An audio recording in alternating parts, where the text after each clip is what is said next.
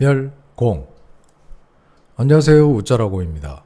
오늘은 유엔 총회에서 벌어진 충격적인 외교 참사, 그리고 그 뒤로 이어진 김민석 총리의 망언, IMF의 경고까지 모든 사건을 하나의 흐름으로 풀어보겠습니다. 결론부터 말하자면 이재명 정권은 국제적으로 고립당하고 내부적으로도 총리와 측근들이 대통령 행세를 하며 결국 국민을 외면한 채 나라를 파멸로 몰고 가고 있다는 겁니다. 유엔 총회 기간 중 트럼프 대통령은 전 세계 정상들을 위한 환영 만찬을 열었습니다. 이 자리는 유엔 공식 일정이 아니라 철저히 사전 초청, 인비테이션 온입니다. 뉴질랜드 전 총리 피터슨은 초청을 받았지만 교통 문제로 못 갔다는 보도가 있었고, 방글라데시의 뉴스는 트럼프 대통령의 초청으로 참석했다고 밝혔습니다.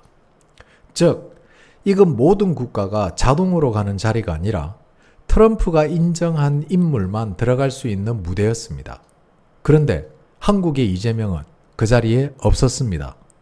안 간 게 아닙니다. 못 간 겁니다. 초청 대상에서 제외됐다는 얘기죠. 트럼프가 왜 이재명을 배제했을까요? 지난 G7에서 이미 전조가 보였습니다. 이재명은 사실상 멤버도 아닌데 옵저버니 계저버니 하면서 억지로 참석을 해서 여기저기 사진만 찍고 존재감 없이 사라졌습니다. 국제 무대에서 사진은 권력의 상징입니다. 누구와 함께 찍혔느냐가 곧 정통성인데, 이번 유엔 총회에서 트럼프는 그걸 원천 차단했습니다. 결국 한국 언론에 남은 건 다른 정상들과 나란히 찍은 사진이 아니라 텅 빈 연설장에서 혼자 연설하는 모습뿐. 트럼프의 메시지는 분명했습니다. 나는 이재명을 대통령으로 인정하지 않는다. 이재명이 국제적으로 고립된 그 시점에 김민석 총리가 기름을 부었습니다.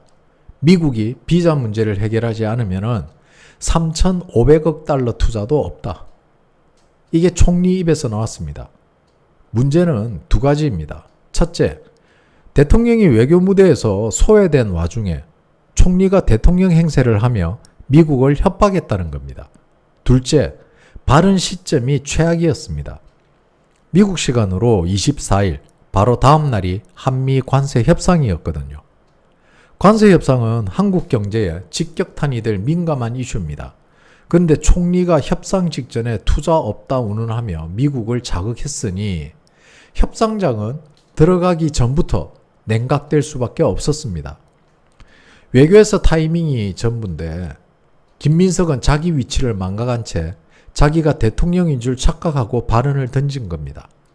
결국 이재명은 대통령으로서 존재감을 잃었고, 김민석의 자충수는 관세 협상까지 뒤흔드는 외교 참사로 이어졌습니다.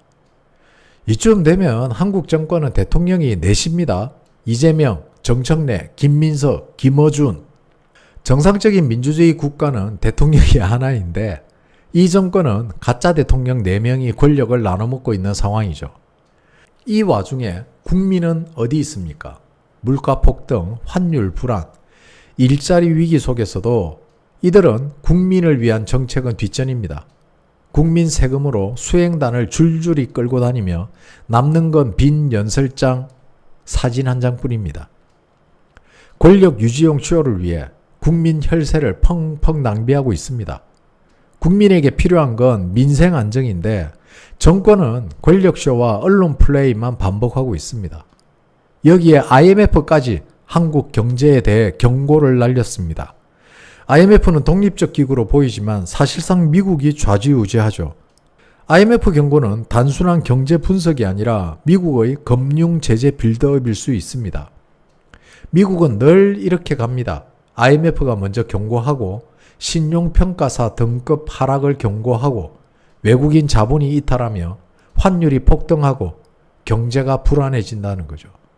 이 과정만 밟아도 한국은 스스로 무너집니다. 즉, 트럼프가 만찬으로 사진을 차단했다면 IMF는 금융으로 숨통을 조이기 시작한 겁니다. 이 모든 게 이렇게 물 흐르듯이 자연스럽게 일어나는 것이 과연 우연일까요? 아니면 철저히 기획된 것일까요?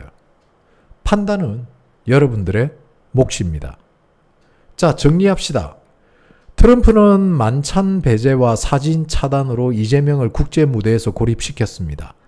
김민석은 총리라는 자리를 넘어 대통령 행세를 하며 외교에 똥물을 끼얹었습니다.